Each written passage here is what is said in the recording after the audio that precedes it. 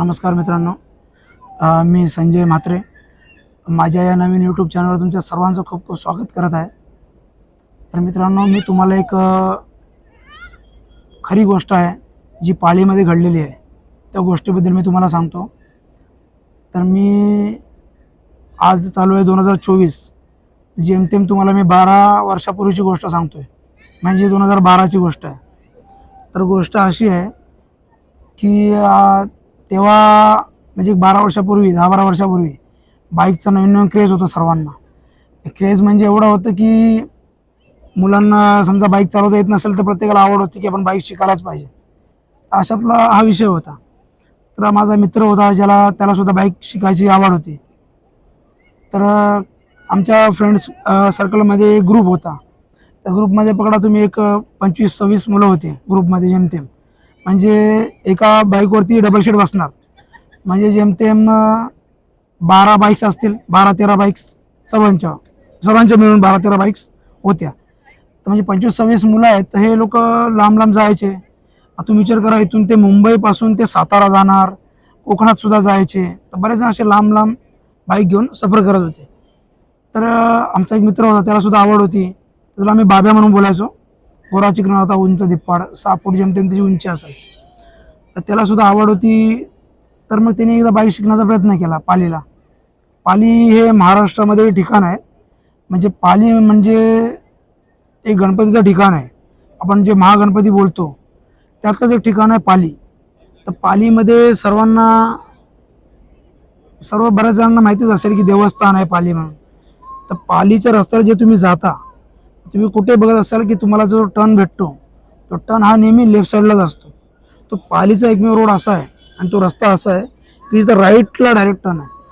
आणि राईटला टर्न बोललं तर जे ड्रायव्हिंग करतात, जे खरोखर ड्रायव्हर आहेत, म्हणजे चांगल्या लेवलचे ट्रक ड्रायव्हर समजा, रिक्षावाले पकडा तुम्ही, किंवा चांगले कोणी ड्रायव्हर असतील, त्यांना ही गोष्ट माझी पटेल आणि त्यांना समजून येईल की जर राईटला टर्न असेल ना, तर तुम्ही राईटला टर्न घेणं शक्यतो लगेच सहजासहजी जमत नाही. राईटला टर्न तेव्हा जमतो जेव्हा तुम्हाला तो पुढचा रस्ता दिसतोय किंवा तुम्हाला माहिती आहे की इथून अचानक टर्न आहे.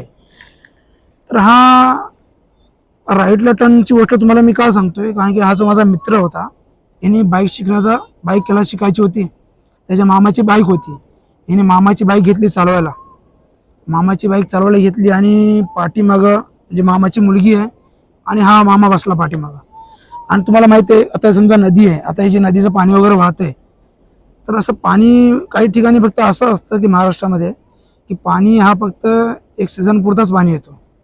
म्हणजे पाण्याचे जे दिवस आहेत, पावसाळ्यामध्ये नदी बनते आणि पावसाळा गेल्यानंतर ती नदी आटून जाते. मग तिथं फक्त राहतं खडतर भाग.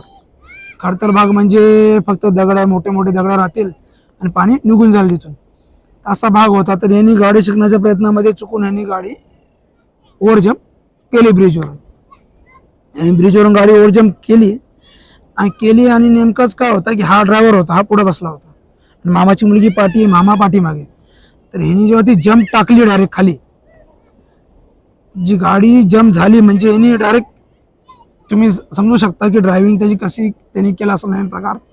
जो नवीन ड्रायव्हर असतो हा तुम्हाला माहिती आहे की एक तर क्लच पटकन दाबतो किंवा झटके देतो पटकन गाडीला, ॲक्सिलेटरला. तर यांनी पटकन असा झटका दिला तर गाडी घेऊन डायरेक्ट क्रॉस झाला ब्रिजवरून, म्हणजे डायरेक्ट पडला खाली त्या खडतर भागावरती. त्याचे छातीचे जे पासले आहेत, जे आपण बोलू शकतो की आपल्या चेस्टचा जो खालचा भाग आहे, जो पोटाच्या वरती पासले असतात, आता हे जे डॉक्टर आहेत ते चांगल्या प्रकारे समजू शकतात की पासल्यांना मार लागल्यानंतर त्याचं म्हणजे आपण बोलू शकतो लगेच त्याचा इलाज किंवा लगेच होऊ शकत नाही.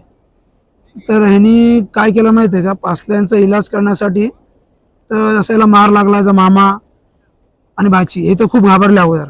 त्याला मार लागला तर हे लोक खास त्याला घेऊन गेले पुढे दवाखान्यामध्ये. दवाखान्यामध्ये ते घेऊन जाणार, तर डॉक्टरने सांगितलं की याच्या पासलेला भरपूर मार लागलेला आहे, तर तुम्ही याला अमुक अमुक दवाखान्यामध्ये टर्न करा. तर असंच म्हणजे टर्नची पुढे सराउंडिंग सुरू झाली.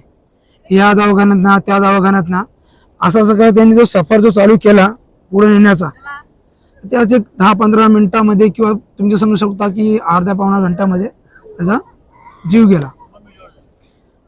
तर जीव गेला त्याच्यानंतरची गोष्ट अशी आहे,